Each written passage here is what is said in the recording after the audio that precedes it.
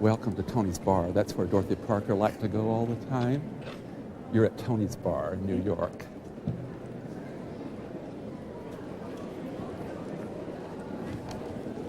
Good day, ladies and gentlemen. What a wonderful day we have planned for you. I welcome all of you to the Great Apple in New York City.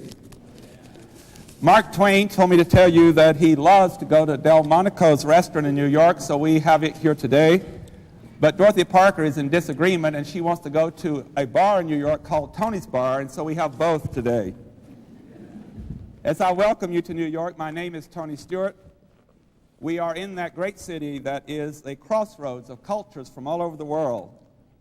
It is a great communication center. It is an international trade and commerce place. It has the great Broadway plays. It is a great place for museums such as the Museum of Natural History, the Metropolitan Museum of Art. It is also the home of the Statue of Liberty and Carnegie Hall, Times Square, the United Nations, and great sports teams. It is a great pleasure to have three very famous people to return to our great city of New York. And we're going to look at a period from about 1835 up until contemporary times. As we travel in time, three people have returned to share with you their wonderful stories, their literary writing, and most of all, their humor. It is through humor that we often understand life the best. However, at 1 this afternoon, we have a very divided house. We have two individuals of fame that will come to be humorous, but Dorothy Parker is not in a good mood, and she will not be humorous. She is asked to challenge Mark Twain and Will Rogers. And this evening at 7 o'clock, they shall join other famous people such as Mae West, who will also entertain you. And I have attempted to do a television show with Mae West, and it was very difficult. I hope you're not offended today, but I am not in charge. I have been told by entertainers that if I don't behave myself and leave them alone, they will gang up on me, and therefore I intend to behave. Ladies and gentlemen, it's a pleasure to introduce to you, first of all today, a very famous person in history who lived from 1835 to 1910. This man was Samuel Clemens, who is best known as Mark Twain. He was born in Hannibal, Missouri, and he has had many, many famous writings, including the celebrated Jumping Frog of Calaveras County. You best know him probably for the adventures of Tom Sawyer and the adventures of Huckleberry Finn. He, in addition to all of those writings, did many, many more and made many appearances, including he did visit, as I said, New York City, where Delmonico's restaurant was his favorite. As I introduced him today, I think it's fitting to quote something that he had to say. He once said, Adam and Eve had many advantages, but the principal one was that they escaped teething. Ladies and gentlemen, Mark Twain.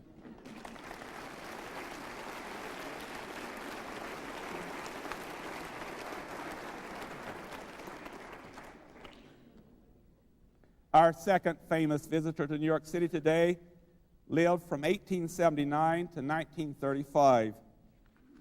He was born in that year, 1879, and he was from the great state of Oklahoma. He is known as America's cowboy. He is in the Guinness Book of Records for throwing 3 lassos at the same time. In addition to that, he loved New York City, where he performed at Madison Square Garden in 1905. He was also a film actor in silent cinema. In 1922, he became a syndicated columnist.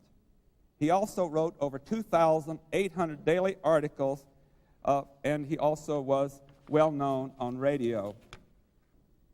I want to quote something that he had to say to set the tone for him today. He once said, and you might want to challenge this, When I die, my epitaph, or whatever you call those signs on gravestones, is going to read, I joked about every prominent man of my time, but I never met a man I didn't like. I am proud of that. I can hardly wait to die so it can be carved, and when you come around to my grave, you'll find me sitting there, probably reading it. Ladies and gentlemen, Will Rogers.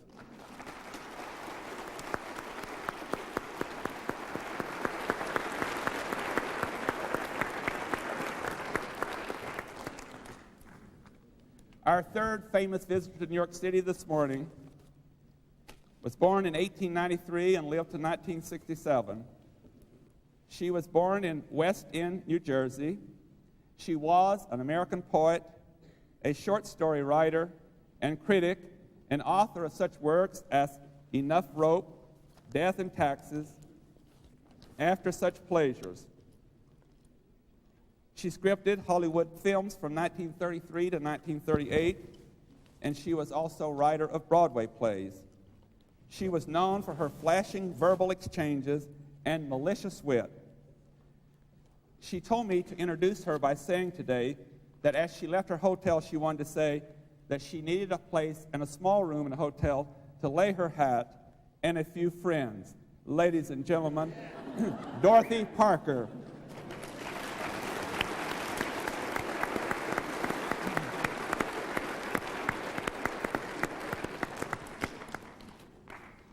Our distinguished visitors have agreed to divide their time, and we will start the entertainment this morning and the lecture with Mark Twain.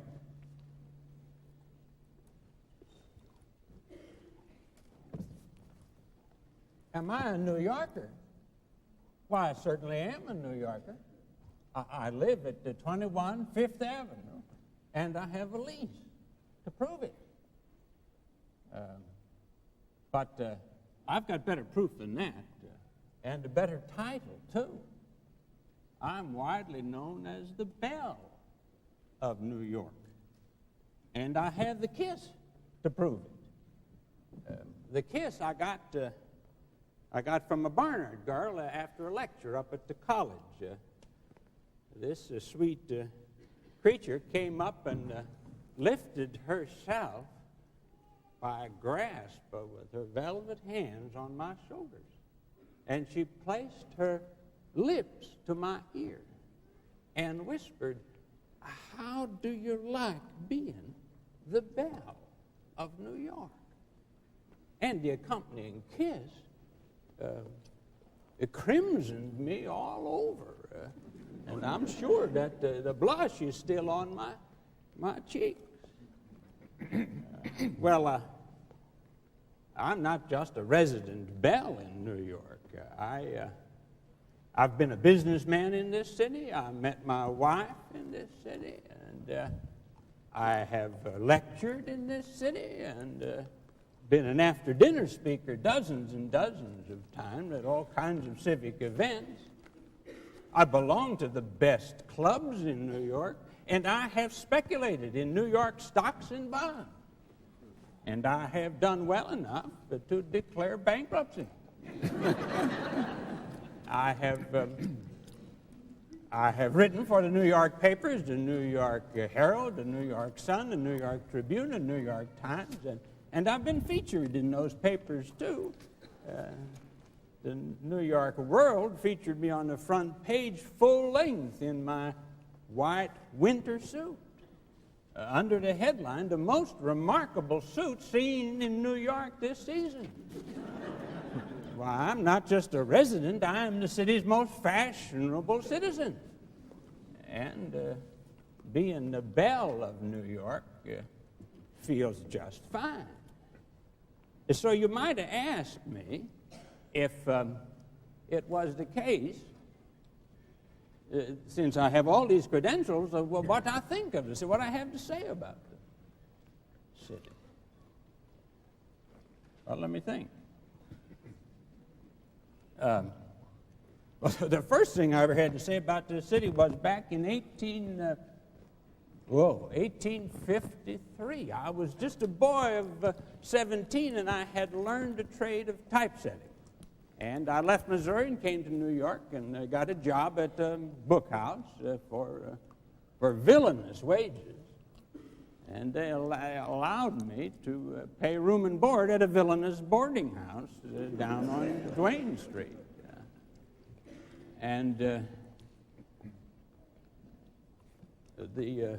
The first experience, you know, New York City has made 5,000 men unimaginably wealthy. And for around 1 million of its citizens, it has made the closest kind of scratching necessary just to get along. Of course, I got along real well because I was a member of the printing establishment, and the printers had 2 libraries, lending libraries free to members of the craft. And I spent my evenings most enjoyably there. You know, if a book is not good company, where will you find it? Of course, I did find some good entertainment at the theater and the World's Fair.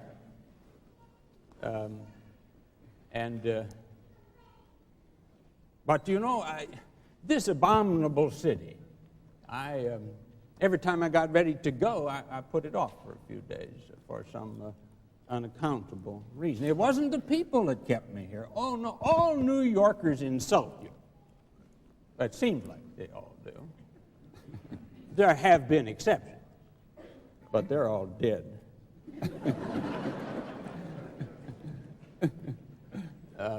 A friend here in New York once chided me. He said, "You Missouri people are all right, but you're so provincial." Provincial, I said to him. On the contrary, everybody in Missouri knows all about New York. New Yorkers don't know anything about Missouri. They're the ones that are provincial. But New York had its influence on me, its moral influence. When I came here, I was virtuous. After immersion in New York morals for just 1 year, well, I had no more conscience than a millionaire. So I left New York City. I went to be a pilot on the Mississippi. And then I went out west and prospected for gold and silver. I was a very successful pilot, but I was a total failure as a prospector. I needed employment, and in desperation almost became a preacher. But then I found my true calling in journalism, and I practiced that in Nevada and in California, and even went to Honolulu, the Sandwich Islands, and wrote there. And then I branched out as a lecturer on the public platform. And I made such a success of it in San Francisco and the West Coast, I came back here to New York after being gone a little more than 10 years. And when I got back here, I found Frank Fuller set up in some kind of business. I had known Frank 6 years before when he was a governor in Utah. And Frank he was younger then than he was as governor. He was just full to the brim with enthusiasms all the time. He had one every day. And one day he said to me, he said, "You need to hire the biggest hall in New York City and deliver your Sandwich Islands lecture." Well, he was so enthusiastic, I almost came to believe that all New York was just dying to hear me. He hired Cooper Institute and began to advertise the lecture. He bought a whole barrel of those things, 50 in a bunch that are on a string. They were for the omnibus, and he hung them in the omnibus, and you could see them dangling in every omnibus in New York City. Well, in trepidation, I began to haunt those omnibuses, and I spent 2 days riding from one end of the city to the other, and I never saw anybody reach up and take one of those things off the string. And then all of a sudden, a man did. He reached up and pulled one off. My heart almost stopped. And he said to his friend, says here, "There's going to be a lecture on the Sandwich Islands by Mark Twain," whoever that is. And he threw it on the floor and changed the subject. Well, I went to Fuller. I said, this thing is going to be a dead loss. There's nobody going to come. So he said, leave it to me. I will paper that house, and you will find yourself standing before the most intelligent audience a man ever stood before on earth. And he was true to his word. He sent a bushel of complimentary tickets to every public school teacher within a radius of 30 miles of New York, and they all came. They created a traffic jam around Cooper Institute a quarter of a mile around. And they completely filled that hall. There wasn't room for one more person inside. I poured the Sandwich Islands out on those people, and they shouted and laughed to my entire content. For an hour and 15 minutes, I was in paradise. And then we sat down to count the ticket sales. It came to $35. But Fuller was not disappointed. He said, this is no failure. Why, this is a prodigious success. Inside a week, you'll be the best known man in the United States. He spent $400 or $500. And he was as pleased as if he had laid the fabled golden egg and hatched it. And he was right about the fame. The New York papers gave the lecture rave reviews. And I was in demand on the lecture circuit. I lectured for 6 or 8 weeks at $100 a night. And I had fortune as well as fame. I took the fortune and went on a cruise to Europe and the Holy Land. And I wrote letters about it back home to the Alta California and to the New York Herald and the New York Tribune. When I came back from that cruise, I went to a reunion of the passengers at the fashionable St. Nicholas Hotel here in town. And there I met Olivia Langdon. I fell in love with her and married her a year later. We raised our family of 3 girls up in Hartford. It was the center of the subscription book publishing business, and that's where my books were published. And it was also convenient.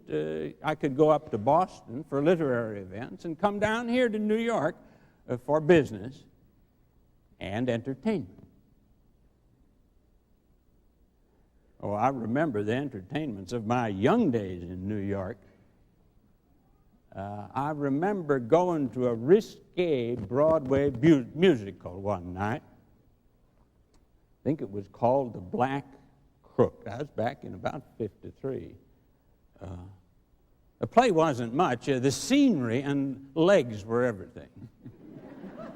There were girls stacked up pile on pile all the way to the dome of the theater. And they were clothed with such meagerness that it would make a parasol blush. It was wonderful. Of course, later in my sedate business years, I didn't go to such entertainment. No, I did things like, I remember the night I went to the fight to see Gentleman Jim Corbett defend his title and knock out an Australian challenger in the 3rd round.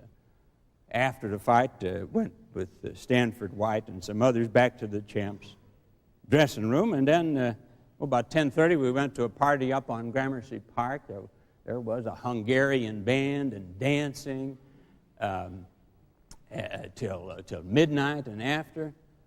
Then I told some stories. Ancona of the Metropolitan Opera sang.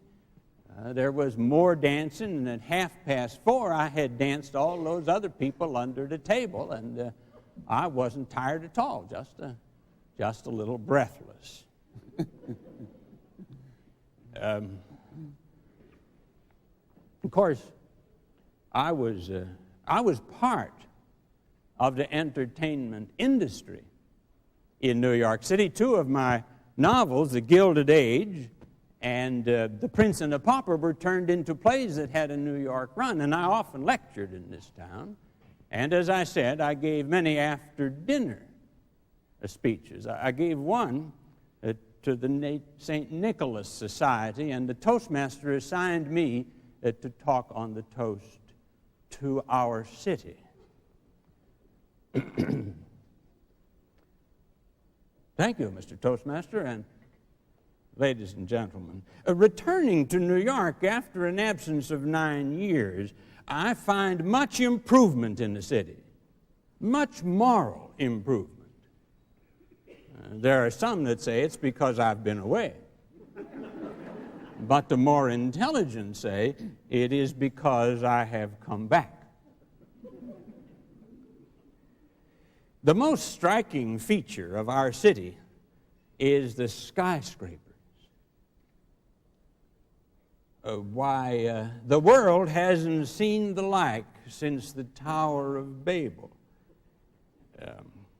In the daytime, they make the city look ugly, it's true. They make it look too chimneyfied.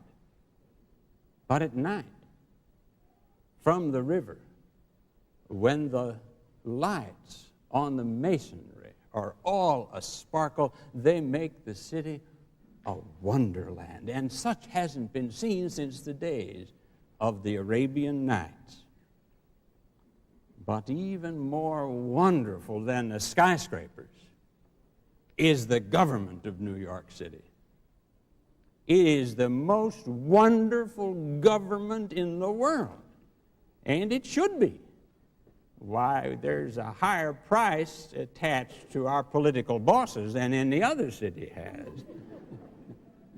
I know that some people have called for the impeachment of Richard Croker, the Tammany Hall political boss, but I think it's insensitive to do such a thing now that there is a death in the Tammany Hall family.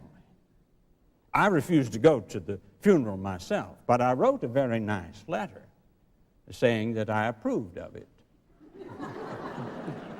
Ladies and gentlemen, to our city. Of course, the largest entertainment in New York City is not plays or theater or lectures and after-dinner speeches. The largest entertainment in this city is business. And I know something about business. I have been a businessman in New York City, and I know credit, beautiful credit. It is the foundation of modern society. Why, when I came back to New York City, I didn't have a dime. Within a year, I owed $2 million.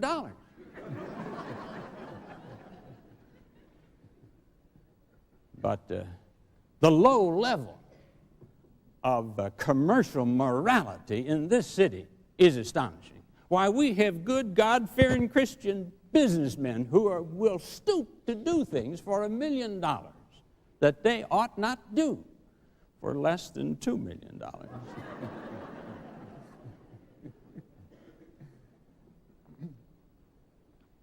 Of course, I learned my lesson because I made a fortune, lost a fortune, and regained a fortune in this city. It's true that from my lavish offices up on Union Square, where the publishing house was, I went bankrupt. But I paid it all back, and I learned from that there are two times in a man's life when he ought not speculate. One is when he doesn't have the money, and the other is when he does have the money. Not only do I know business in this town, I know businessmen. I know Andrew Carnegie, for example. We're friends. He insists on calling me St. Mark, and he also insists that I call him St. Andrew. Andrew Carnegie never had a large thought in his life. He is his own only darling subject. He never talks about anything else. He has bought fame and paid cash for it. The Carnegie libraries that he's building across the country will persuade some people that he had large ideas, but he never did. Of course, it was Jay Gould that was the mightiest disaster that ever befell this country. The people had always desired money before his time, but he taught us all to fall down and worship it. And then Henry Rogers, of course, is another businessman I am intimately acquainted with. He, of course, is the head of the Standard Oil Trust. And some people would like to see him in jail, but not me. He saved me from myself. He got me out of business and invested my money for me wisely. I envy him his business acumen. Though, as I say, many would like to see him in jail. I was vacationing with Rogers one time in Bermuda when a perfect stranger came up to me and he said, "You know, your friend Rogers is a fine fellow. It's a pity, though, that his money is tainted." Oh, I said, "It's worse than that. It's twice tainted. It tain't yours and it tain't mine."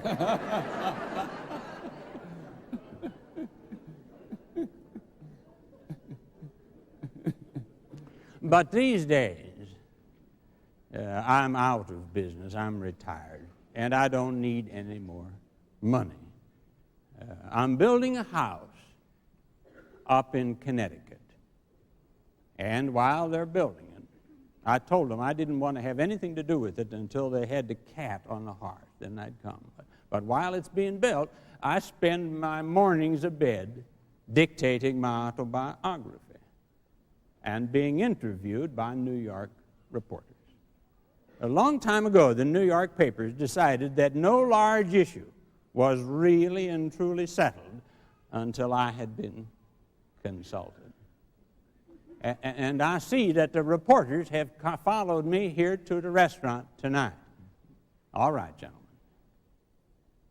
What do I think about political morality? Well, it is hard to find. I mean, it is hard to find a politician of sufficiently high moral standards that he will stay bought. Am I prejudiced? No, I have no color prejudice.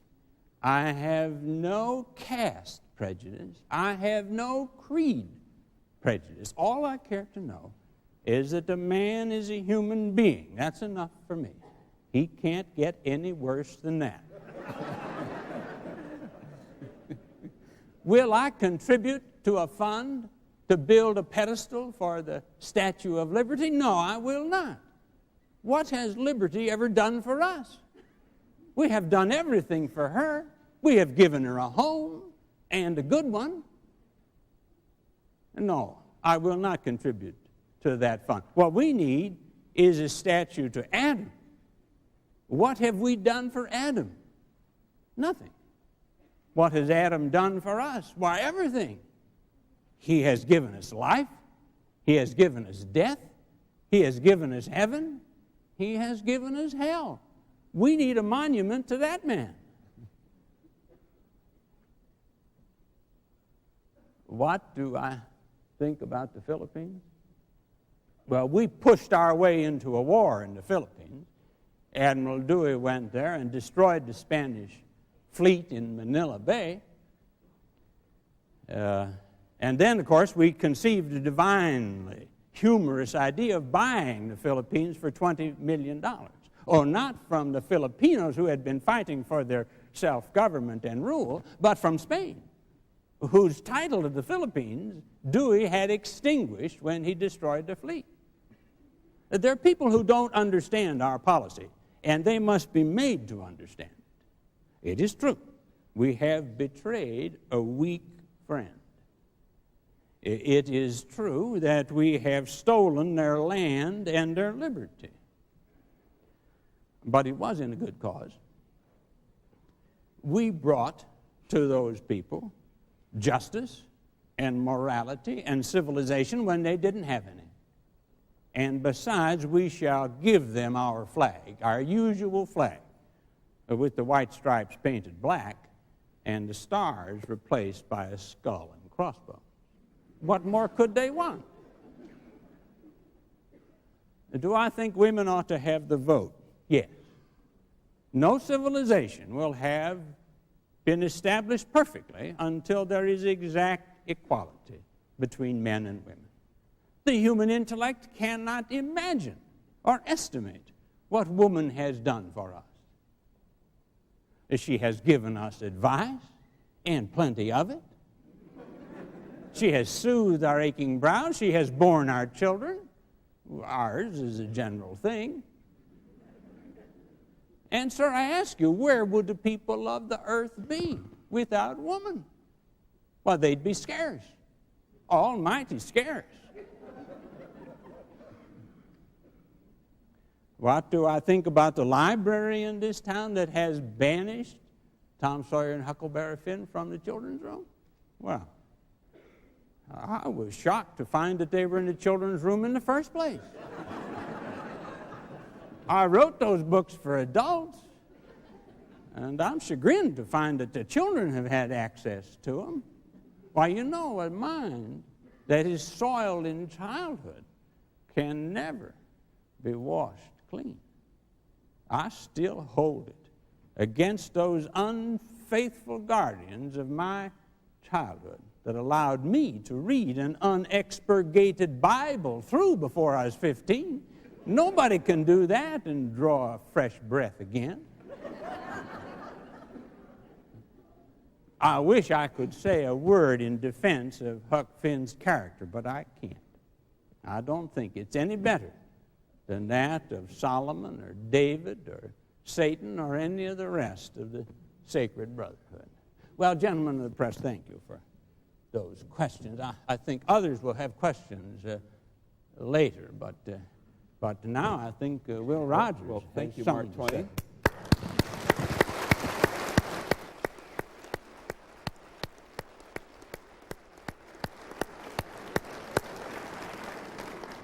Ladies and gentlemen, we now have a great pleasure to introduce to you Will Rogers.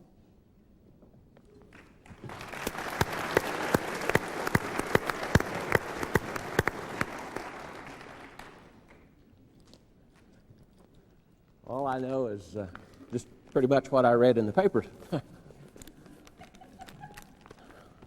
And in the New York papers, I see where just last week there was a moral crusade begun.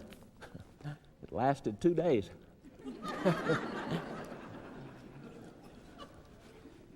also a lot of stories recently about wives shooting their husbands, especially out on Long Island. Says there was 5 shot this last week. They're not shooting anymore now, but since Prohibition, their aim's better.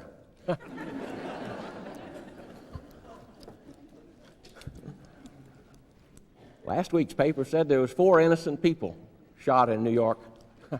That's the best shooting that's ever been done in this city. It's almost impossible to find 4 innocent people. Makes it pretty easy for the police, though. Robber starts up the street, all they got to do is just run out and shoot. Whoever they get, it's the right one.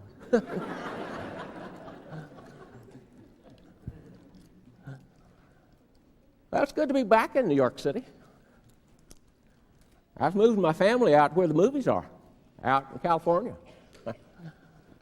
But I came back once to remake my fortune. What I lost out there trying to make movies with my own money. But I spent some very happy years here. Well, fact is, a lot of what I know from New York because my father, well, he took this paper when I was just a boy, back in Indian Territory, before it was a state. I was born in Indian Territory, year of 1879. I was born on Election Day, but I never did get elected to nothing. That was back before women had to vote. And since my mama was not allowed to go into town on Election Day, she decided she would stay home and do something to get even with the politicians. So she had me. I'm told that right before I was born, Mama had him carry her into the front part of our house. You see, there were two parts to our house out on the Kuiskui. Well, the first part out in the front was built out of logs. Well, Papa had built that first, and the back part was built out of frame lumber. Well, Mama had herself carried into the log part of the house right before I was born. She had been reading a biography of Mr. Abraham Lincoln and supposed that, well, I needed as many advantages as I could get. So I got that part right. But it's been kind of downhill ever since.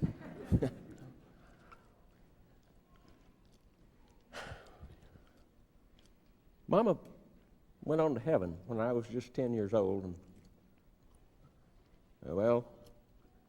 that made a part of my life back there pretty sad. It's the saddest thing that really ever happened to me. I think she kind of wanted me to be a preacher. But I slipped and became an actor. You know, an actor is somebody who just got a little more monkey in him than most other people. But I'm sort of glad she never knowed what happened to me. My papa had come to that country to raise cattle. He had fought for the Confederacy in the Civil War. Then he came and settled in on some land and began raising cattle. It was a pretty good racket.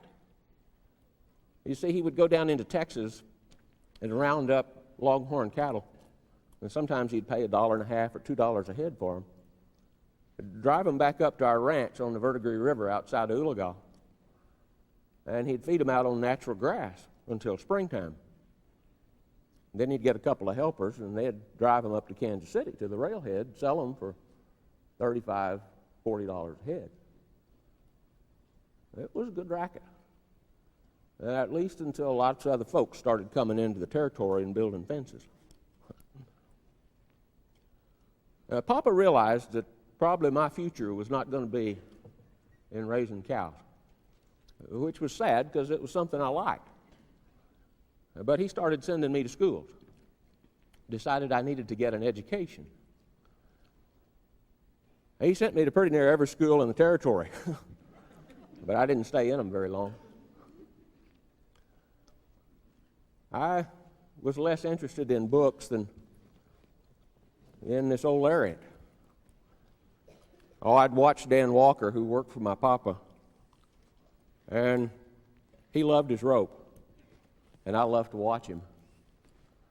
Dan started trying to teach me a few things. I wasn't much faster learner with this than I was with the books. But with this, I sort of stayed with it, at least for a while. And when I would be sent off to school, I would always take my lariat with me.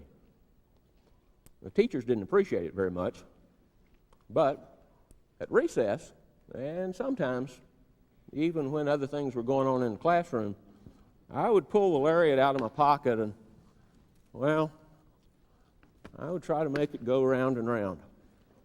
Wasn't always fortunate enough to do that. Teachers would say, well, put the rope up. It's not worth much. And I think you'd agree it is kind of idle pleasure. But not so bad. Well, then the teacher would come and take the rope away. Almost always she would. Put it over in the corner. Say, that's enough of that. And I figured it was. Because I almost always had a spare.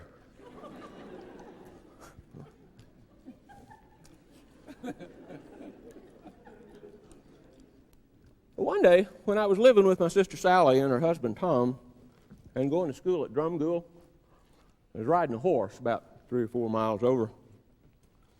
I saw a turkey along the side of the road. I never had roped a turkey before, but I got this one. Got it around the neck. I killed it right off. And I realized that I'd made a mistake. So I got the turkey and I took it to the door of the house that was closest by, knocked on the door, and the woman of the house came, and I said, "Ma'am, I'm afraid I've killed your turkey." "Yes," she said, "I think you have." She said, "Well, let me have it. I'm going to cook it." And she invited me for dinner. Now, I don't know if you've ever eaten a dinner that you were that responsible for. But it didn't go down quite as well as some other meals that I've had.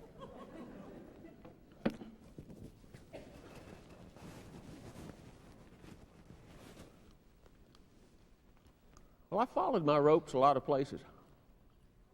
Papa finally sent me to school in Missouri, Kemper Institute. I stayed there for 2 years. 1 year in guardhouse and 1 year in the 4th grade.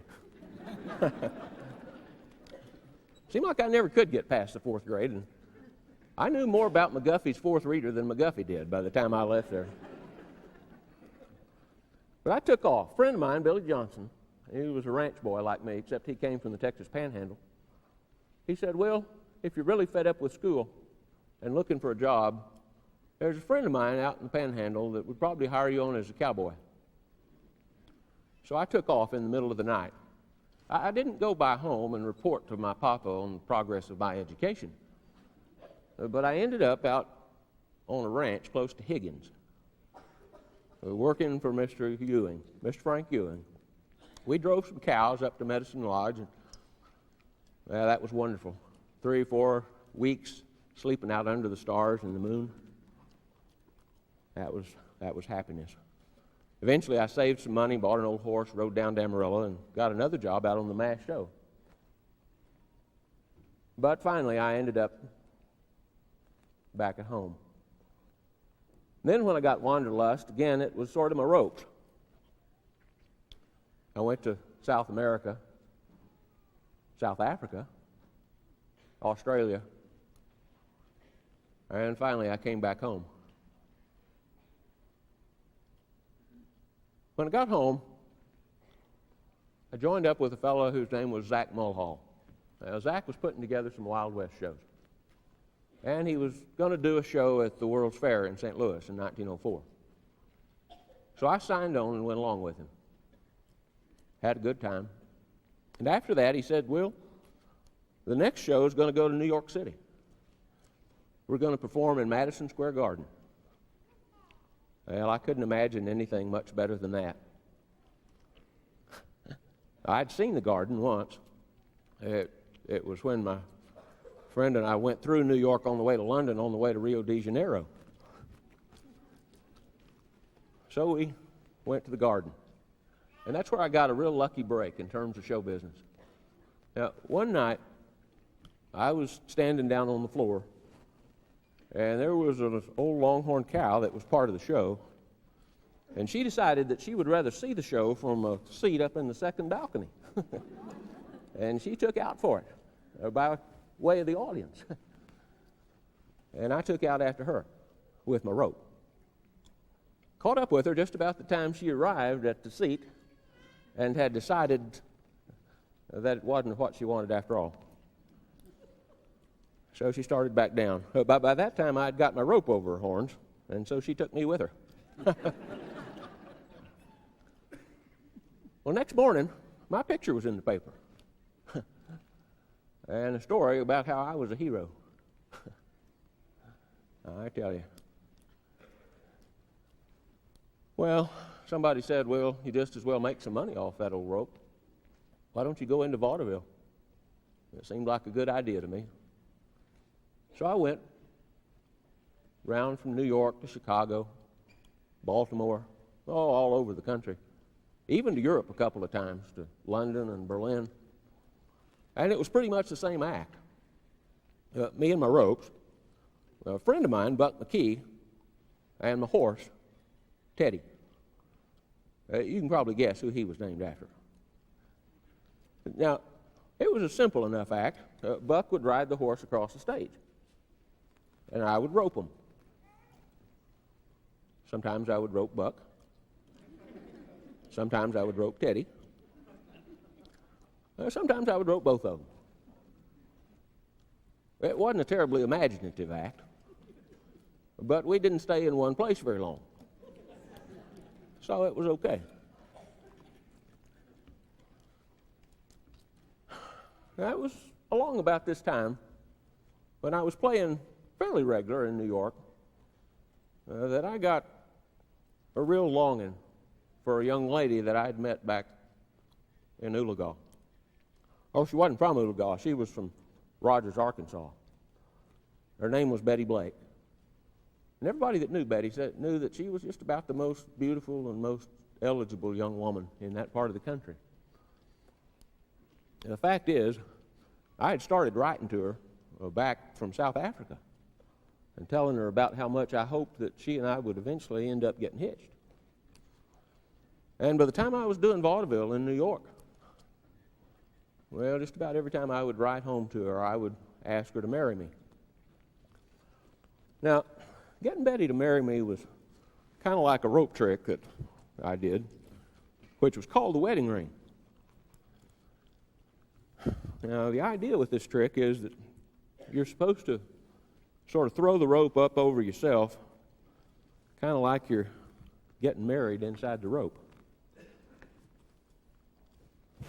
Betty knew a fool when she saw one. And she said no a lot of times. And it was kind of like me and the trick, because most of the time when I'd try the trick, it wouldn't work. Now, I'm going to try it for you, but I ain't going to promise nothing.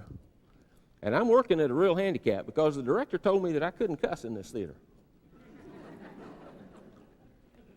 Well, anyhow, I kept asking Betty for her hand, and she kept saying no.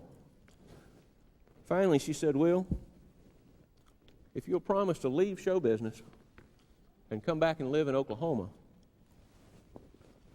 it'll be okay. I think the problem is my gum. Well, it might be my hat. So I said, okay, Betty, I will. And she agreed to marry me. Well, she said, I think life would just be better back here in Arkansas or Oklahoma. And I said, okay, but I've got some shows I need to do. So I went back and we got married, and then we took the train to New York. Had our honeymoon there. We went to the theater one night, and, well, we did some riding around in those new horseless limousines that were there. I did the shows, and, well, I did some more shows that I'd promised. And by that time, I think Betty figured out there probably wasn't much else I could do. Anyway, she kind of changed over on that show business stuff. But she said, Will, you spend most of your time reading the newspapers. Why don't you take advantage of that and talk to your audience instead of just twirling that fool rope? Well, I thought it was a good idea. And so I started.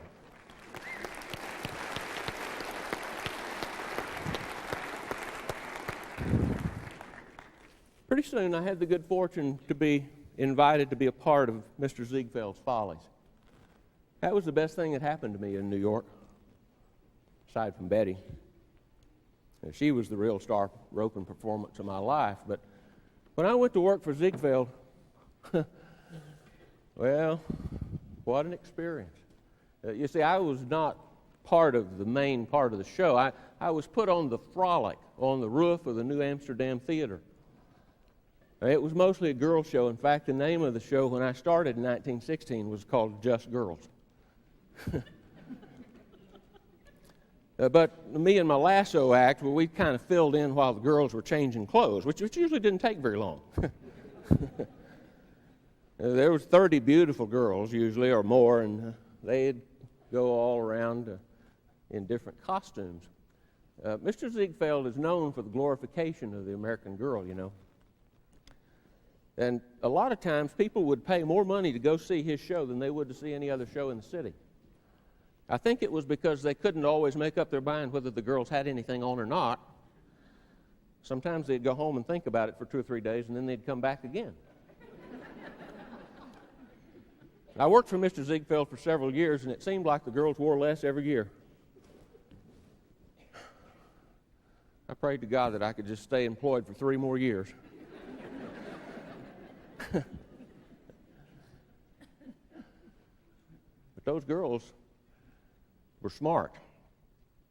Let me tell you, they may have been chosen because of their slender figure and their pretty face and their youthful look, but it was their personality and their vibrance for life that got them in and kept them there. And all the rich millionaires that came around and met them at the stage door after the show was over, they learned something about how smart these girls were.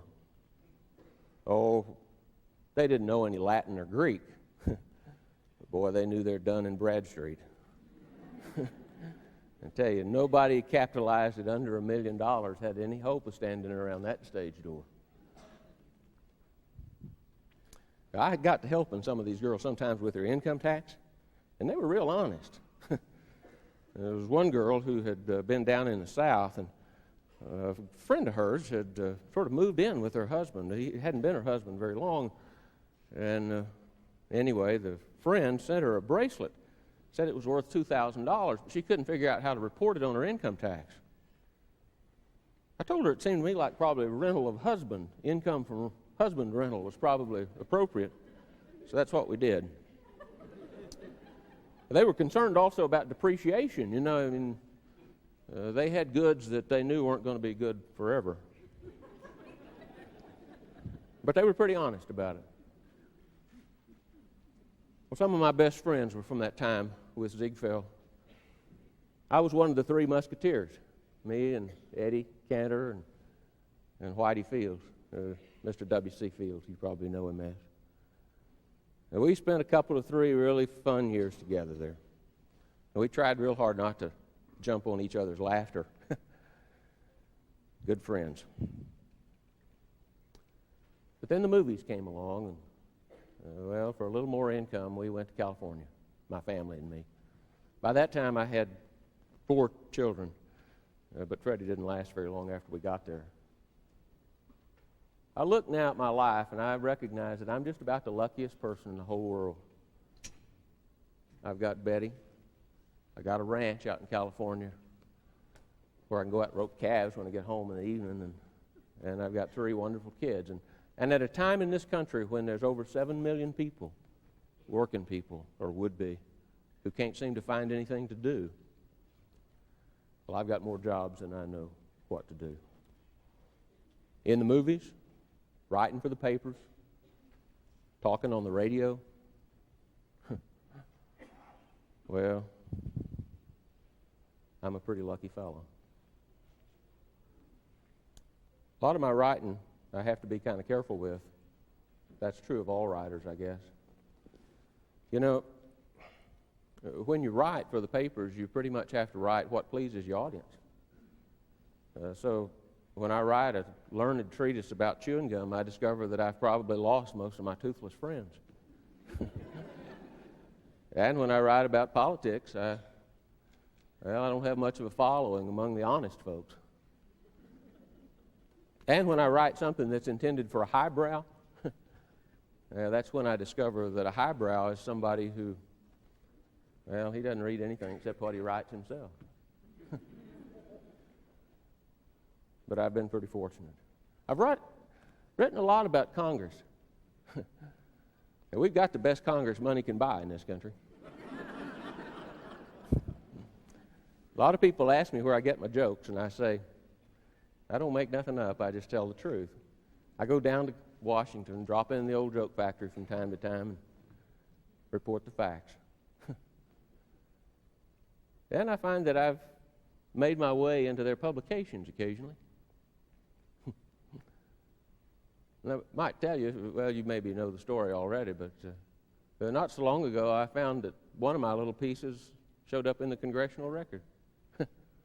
And I got a letter just last week from a senator who asked if he could use another one. The Congressional Record, you know, is writing down of everything that's said on the floor of the House and the Senate.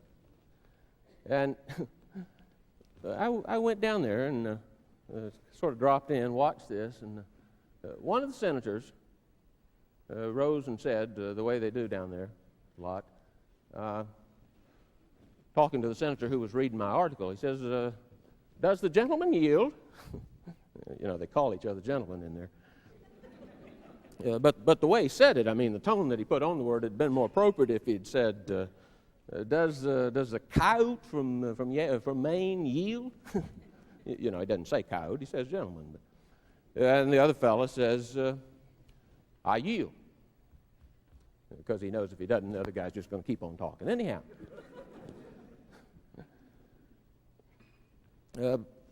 I yield, he says, to the polecat from Oregon. And of course, he doesn't say polecat. But anyhow, after the yielding is over, the fellow says, I object. I object to the remarks of a professional joke maker being put in the Congressional Record. Meaning me, you know, referring to me. Taking a jab at me. Well, he had me all wrong, you see. Next to them, I'm just an amateur. They can think up more crazy things than I can. They do them without trying. And well, I mean, you can say about my jokes, well, they're not funny, or you know, I don't want to listen to them. But they don't do anybody any harm. Whereas the congressmen, every time they make a joke, it's a law. You know? And every time they make a law, it's a joke. So ever since then, I've had me a lawyer down in Washington. Got a lawyer down there to protect my interest. And every time they try to put some of my stuff in the Congressional Record, I'm going to sue them. I'm going to sue them. And here's the grounds I'm going to sue them on. For putting my material where it won't be read. Yeah. But no kidding. You get yourself a copy of the record. You'll learn a good deal about what goes on in there. Some of them don't contribute. Some of them are kind of lazy, but a lot of them have some pretty good writing in there. This last month's article, almost all of them is by Huey Long. But sometimes it's spread around a little more. So Congress and the presidents have sort of been the focus of a lot of my writing. I won't say very much about the presidents right now, except to say that, well, we've had some pretty good ones in this country. And we are wonderful people. We elect somebody to office, and when things are going good, well, we cheer them and applaud, and then when things get to going not so good, well, we want them to provide an umbrella and goulashes at cover government expense. Yes, sir. We don't trust our presidents. We've had some great men, but they've had to be presidents first. Even Jefferson and Washington, we didn't build any statues to them till we knew they were dead.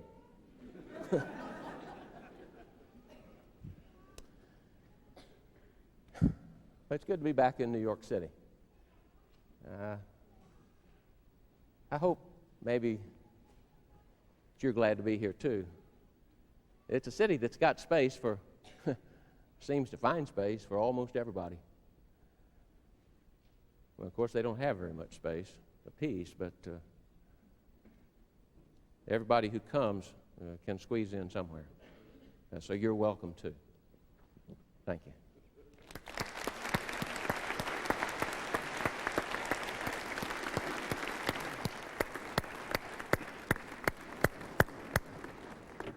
Ladies and gentlemen that have come to our restaurant today in New York City, we're delighted to have our third honored guest. And would you welcome for her presentation, Dorothy Parker.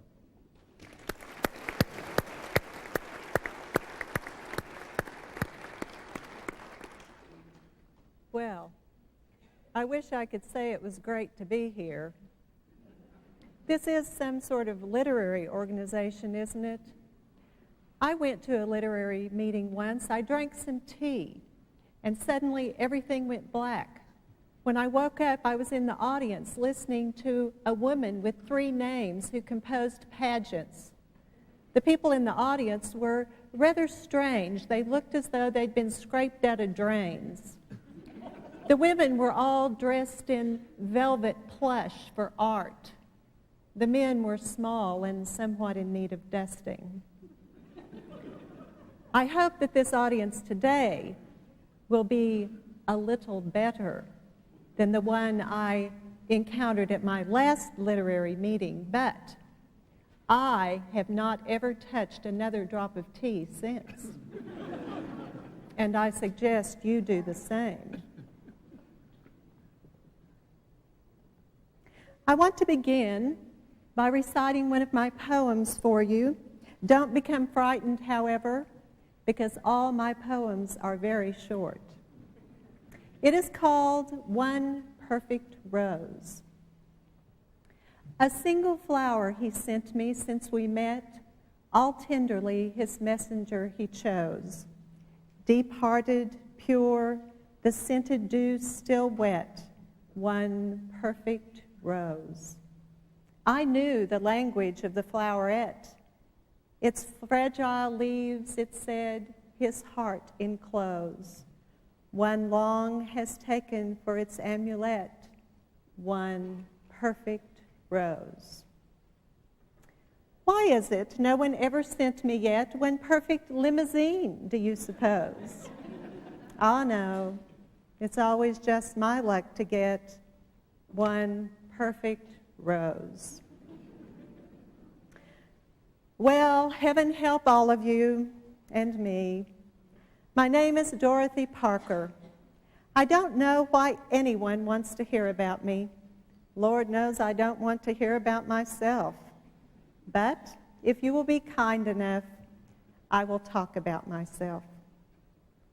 Most of you think that I spent the entire decade of the 1920s having lunch with a lot of famous people at the Algonquin Hotel here in New York. And everybody wants to hear about the Algonquin Round Table. Personally, I really don't like to talk about it because it's very difficult for me to become interested in food I digested over 50 years ago. Besides, it wasn't much.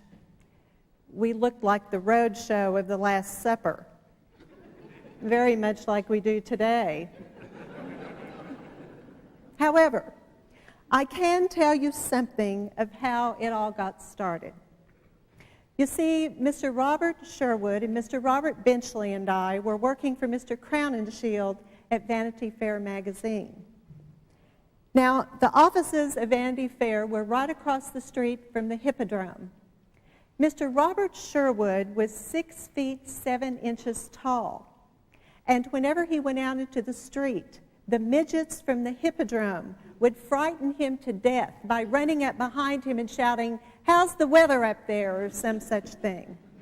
Well, it got so bad that Mr. Sherwood wouldn't leave the office unless Mr. Benchley was on one side of him and I was on the other for protection, you know. And so for lunch, we went to the nearest hotel with the best food, and that was the Algonquin. Later on, other people started joining us. There was Mr. Harold Ross, who was the founder and editor of the New Yorker magazine. I don't know if Ross was a great man, but he was a professional lunatic. He had a profound ignorance. I remember once on one of Mr. Benchley's manuscripts, he wrote next to the word Andromeda, "Who he?" Mr. Benchley wrote back, "You stay out of this." Also, H.L. Mencken came to the Algonquin, although he was impossible. Well, I suppose I shouldn't say that. After all, he did publish my very first short stories in his magazine, Smart Set.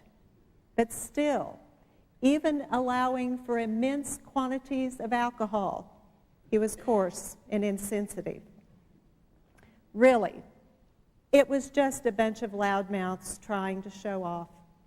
They would save their gags for days and wait for a chance to spring them. And then they'd run around saying, "Did you hear about my remark? Did you hear what I said?" And then everybody else would run around saying, "What'd he say? What'd he say?" The whole thing was made up by a lot of people who were never even there. And may I say, they are still making it up. I can tell you one story that is true. And that was that at lunch at the Algonquin, we used to play a game called Give Me a Sentence. And the idea was that some of us would think up a very long word, and then we would ask someone else at the table to use that word in a sentence. And so one day, they asked me to use the word horticulture in a sentence. And so I said, "You may lead a horticulture, but you can't make her think."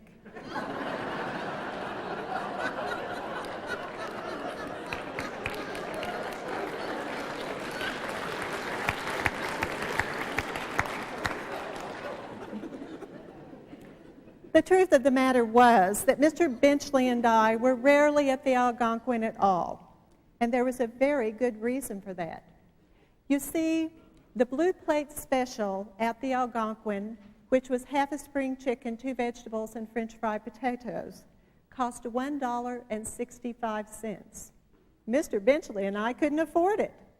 We weren't just poor, we were penniless, especially after I was fired from Vanity Fair magazine. You see, I'd been hired to replace P.G. Wodehouse as the drama critic. Now, I had been reviewing plays in New York on Broadway, and I had made several comments. For example, a play called The House Beautiful, I said, "The House Beautiful is the play lousy." Also, of Katharine Hepburn in the play The Lake. I hope you didn't see that one. If you did, I hope you took a good book. But I said of Katharine Hepburn, she ran the gamut of emotions from A to B. But then one day, I said of Billie Burke that she had thick ankles, which would have been all right, but she was married to Flo Ziegfeld at the time. And I was fired. You see, Vanity Fair was a magazine of no opinions, but I had opinions. I said what I thought. But some of the producers did not agree with me, and they spoke to Mr. Crowninshield about my opinions. When I was fired, Mr. Benchley and Mr. Sherwood both resigned in protest. Well, that was all right for Mr. Sherwood, but Mr. Benchley was a family man. He had a wife and 2 children. That was the greatest act of friendship I have ever known. After that, Mr. Benchley and I decided that we would get an office together in New York. We had always talked of working on a play, and we thought that we could write and sell our writing to various publications in New York. So we set about finding an office. We found at last a very small office in the Metropolitan Opera building. It was shaped like a triangle. I think it had once been the end of a hallway. And so we moved in. It was only $30 a month, and it was so tiny that if it had been 1 square inch smaller, it would have been adultery.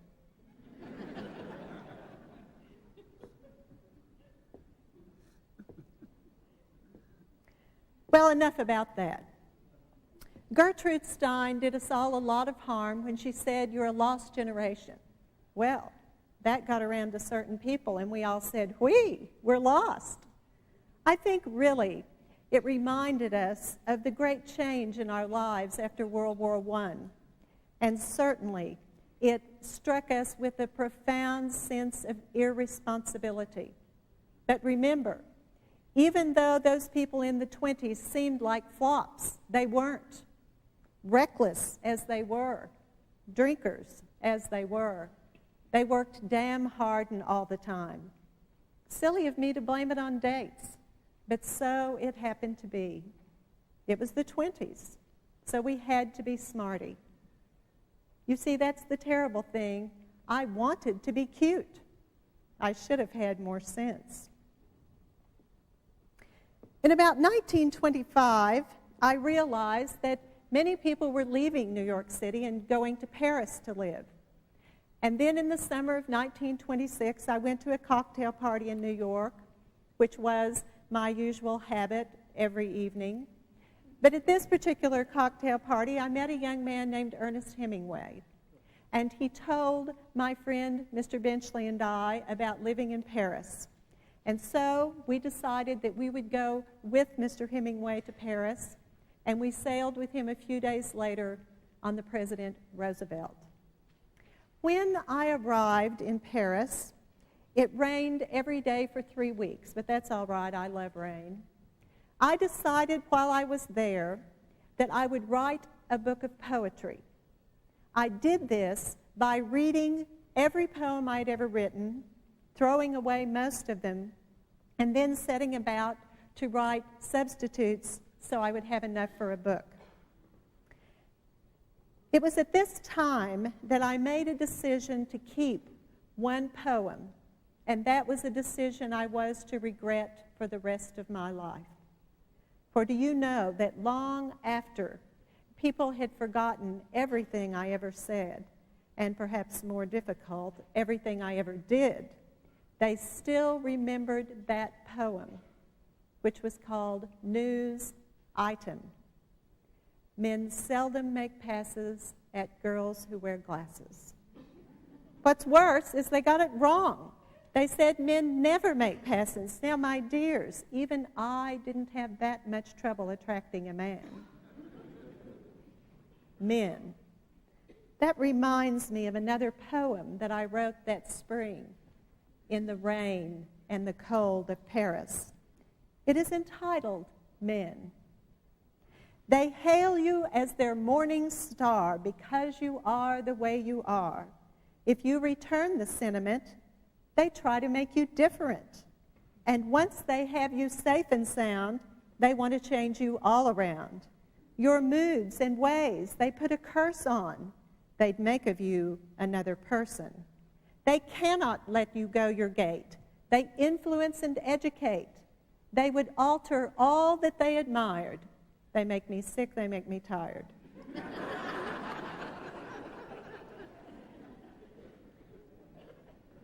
Of all the writers that I met in Paris, of all the serious writers, I think my favorite was Scott Fitzgerald, because he was attractive and he was sweet and he wanted to be nice.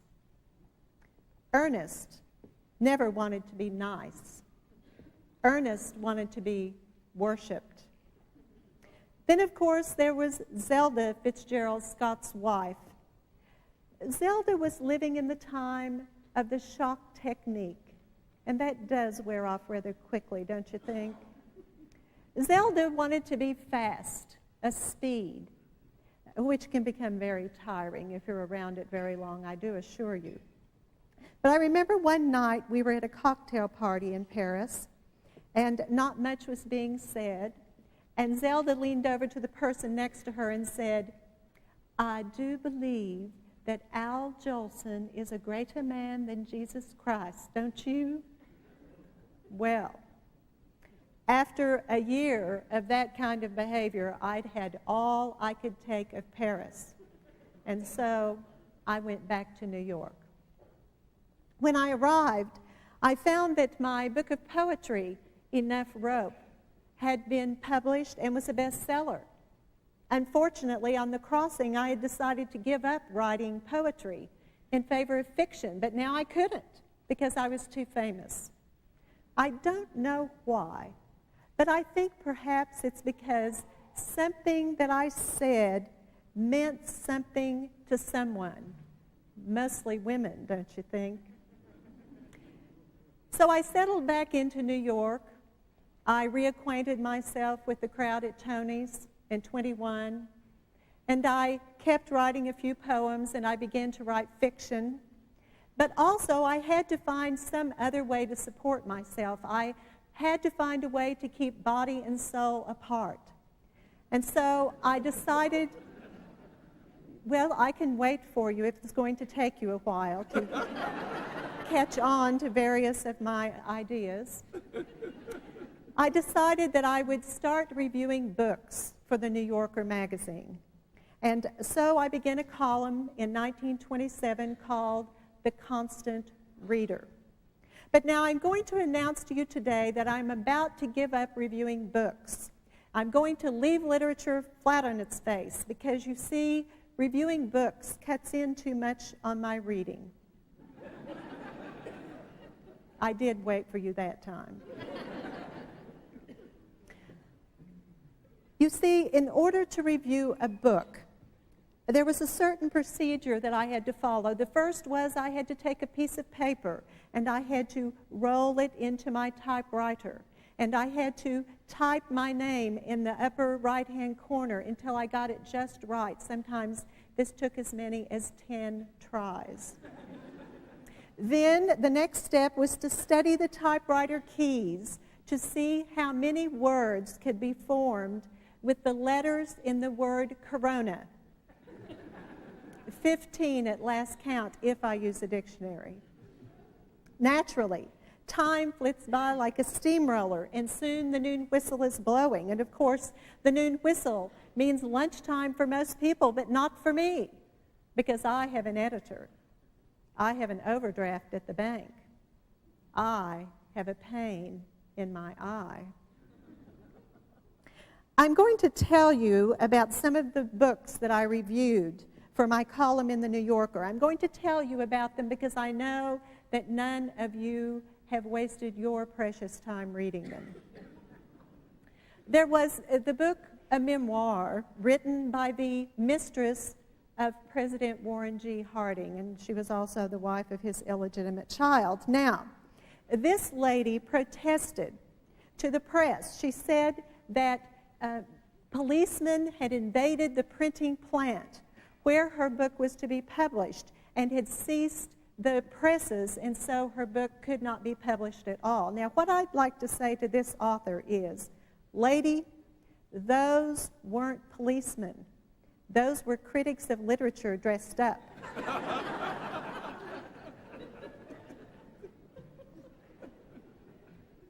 Happiness was the title of another book that I reviewed, and as if that isn't bad enough, it was a how-to book written by a Yale professor. Now, this book is second only to the rubber duck as the ideal bathtub companion. It can be neatly balanced on the back of the faucets, and it can be read through before the water has cooled. And, my dears, if it slips down the drain pipe, well, then it slips down the drain pipe. But I must also remind you that the connection between Yale and happiness reminds me as well.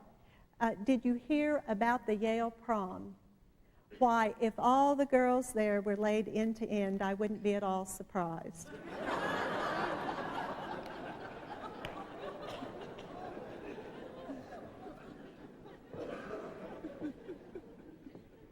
But the greatest challenge, I believe, to my career as a book reviewer came when I was required to read A.A. Milne's book, The House at Pooh Corner. It was at the word hummy where my stomach first revolted. Yes, my dears, hummy marks the very first place in the book at which Constant Reader flowed up. My dear friend, Mr. Benchley, didn't make matters any easier when he ran around to New York for weeks referring to me as Dottie the Pooh. In spite of everything, I continued to write fiction. And in 1929, my story, Big Blonde, won the O. Henry Award. And possibly because of that, and possibly not, Hollywood called. I was offered a job as a screenwriter for $300 a week for 3 months. And I thought I could pay some bills and get a little money, and so I went to Hollywood. I thought really that this would be an easy thing to do, that I could do this with one hand tied behind my back and the other on Irving Thalberg's pulse. But there were several things wrong with this plan. First of all, I abhorred the movie industry and I hoped that it would collapse. When I arrived in Hollywood, I found that it was full of palm trees, which are the ugliest vegetable God created. The weather made me sleepy. The flowers, which were beautiful, smelled like old rotten dollar bills. And on Thanksgiving, it was too hot to wear my fur. Mr. Thalberg put me to work on a movie that was untitled, and the plot was a secret. That pretty much sums up the way things work in Hollywood. I wrote one song for Mr. Thalberg and demanded train fare back to New York. For you see, I have always lived in New York. Now, it is true that I was cheated out of the distinction of being a native New Yorker because I had to go and get born in New Jersey when my family was on vacation. But honestly, we came right back into town after Labor Day, so I nearly made the grade. My feeling about New York is maternal. I know that it is a bad, selfish, headstrong brat and will undoubtedly let me die in the poorhouse. I know its faults backward and forward and all round. Occasionally, it occurs to me that there are other cities. It occurs to me with such violence that I say to myself, well then, if New York is going to be like this, then I will live somewhere else. And the strangest thing about it is, I do. And so in 1934, I found myself again in, of all places, Hollywood. My husband, Alan Campbell, and I had been signed by Paramount as screenwriters at the salary of $1,200 a week. We thought we would only stay about 10 weeks. But suddenly, we realized it was 1937, and we had just signed a contract with Metro-Goldwyn-Mayer for $5,200 a week. But we weren't rich. You see, Hollywood money isn't real money. It's like congealed snow. It melts in your hand, and there you are. I don't want to talk about Hollywood. It was a horror to me when I lived there, and it's a horror to me to look back on. I don't know how I did it. But there were a few things that I was able to do in Hollywood of which I am very proud. Along with Donald Ogden Stewart and Frederick March and Lillian Hellman and many others, we strengthened the Screen Writers Guild. And we also founded the Hollywood Anti-Nazi League, and it has done fine and brave work. You see, I think it is true that many people at the time did not recognize the threat of fascism, and all I can say about those people is when the train of history went around a sharp curve, they all fell out of the dining car. So I am very proud of the work that I have done to fight injustice. I do hate injustice.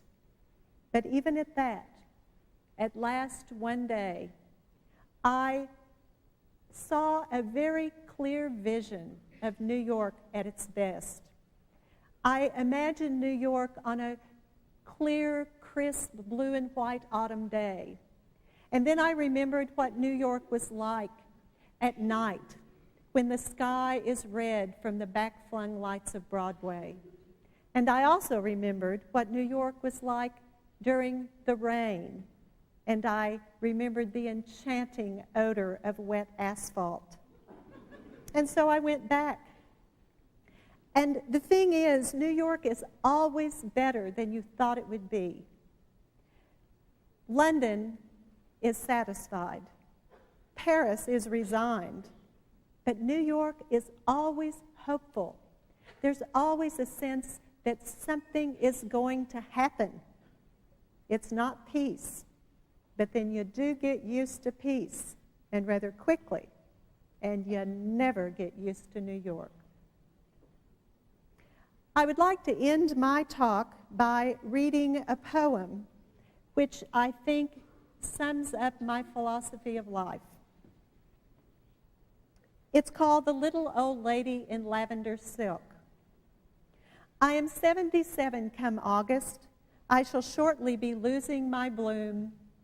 I've experienced zephyr and raw gust, and symbolical flood and simoon.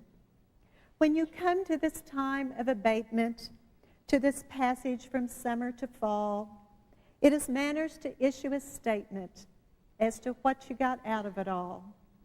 So I'll say, though reflection unnerves me, and pronouncements I dodge as I can, that I think, if my memory serves me, there was nothing more fun than a man.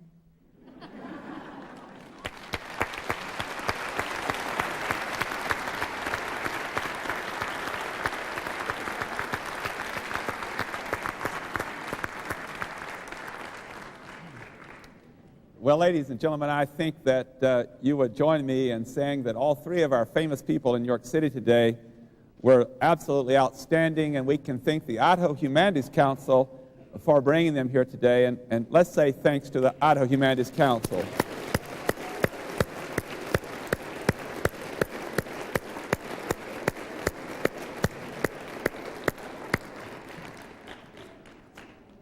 I think it is appropriate now to introduce those people who have portrayed such famous people in history. Mark Twain today was portrayed by a friend of mine that I have known for some years, and this is his third appearance at North Idaho College in different roles. Our guest is Dr. George Frein, who is a professor of philosophy and religion, who recently retired from the University of North Dakota. Dr. Frein, you did a marvelous job today. Thank you.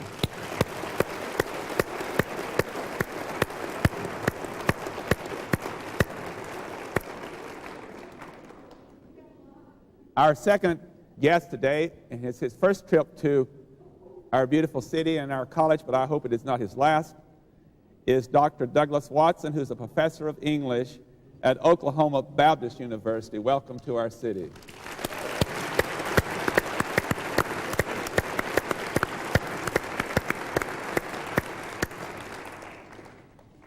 And our third guest, who is also her first trip to our college and to our city, and we too hope it's not your last.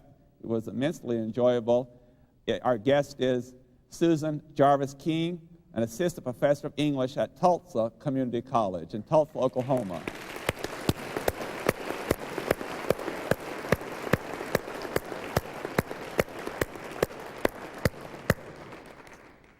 At this time, I would ask our wonderful staff if they would put the lights up in the auditorium, please. And I'm going to make a suggestion, if the lights will come up, please. I know you appreciate that when individuals have such a wonderful performance and over a period of time that they're on a tight schedule. The good news is we have time for a few questions.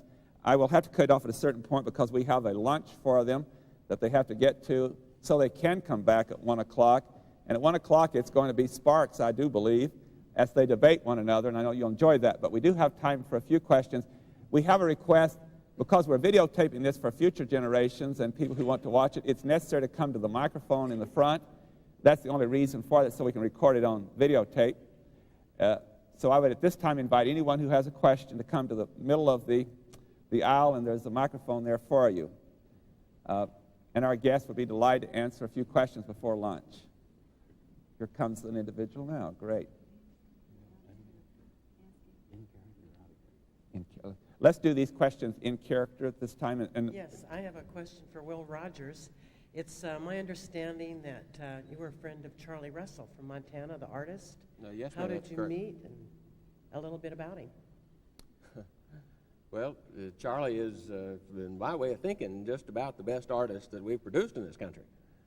But I understand that I'm a little bit prejudiced because of my love for the outdoors. And he has represented the life of the cowboy just about as well as anybody I know. I think probably he will become at least as well known as Mr. Remington, whose subject matter is similar.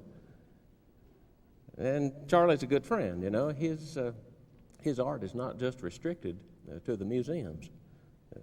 In fact, I'm not a frequenter of museums, I must confess, because most things that pass for art seem to me not to be very important.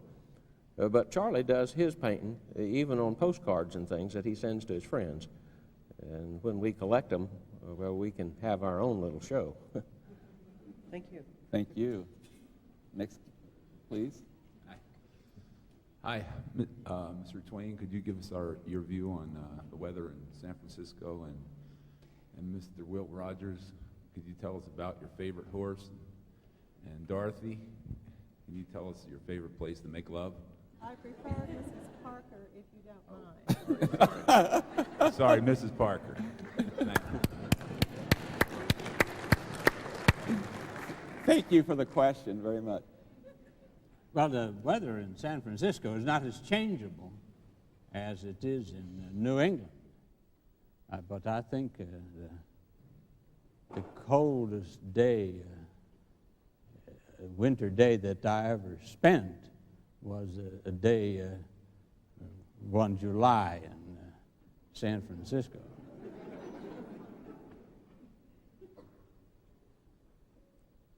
Talking about a favorite horse is almost not fair.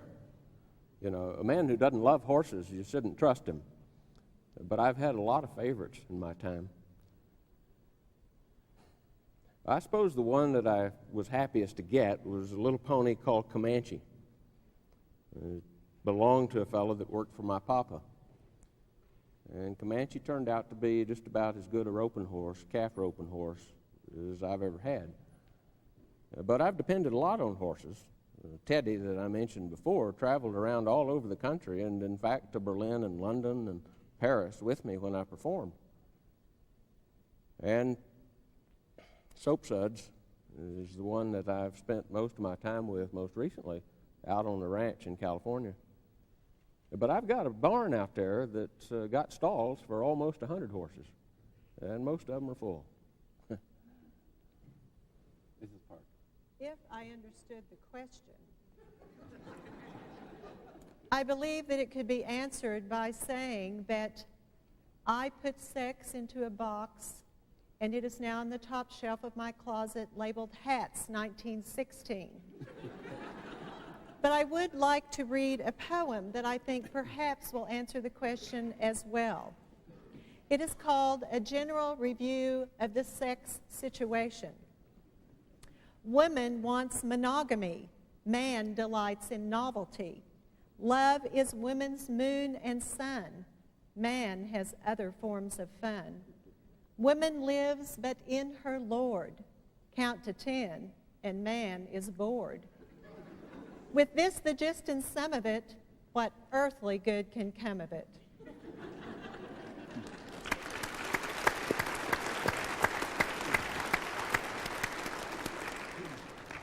Before you ask the question, this will be our last question because under the Humanities Grant, it's important they come out of character, and we'll have to have that from Ms. Please, go ahead. My question is for Mr. Clemens. I taught high school English, American literature for 13 years in the You Chicago have my area. sympathy, dear. Thank you. I taught Huckleberry Finn every one of those years to a number of classes and became not only one of your great fans, but I felt that I knew you very well. Well, just a couple of years ago, I was in Elmira, New York,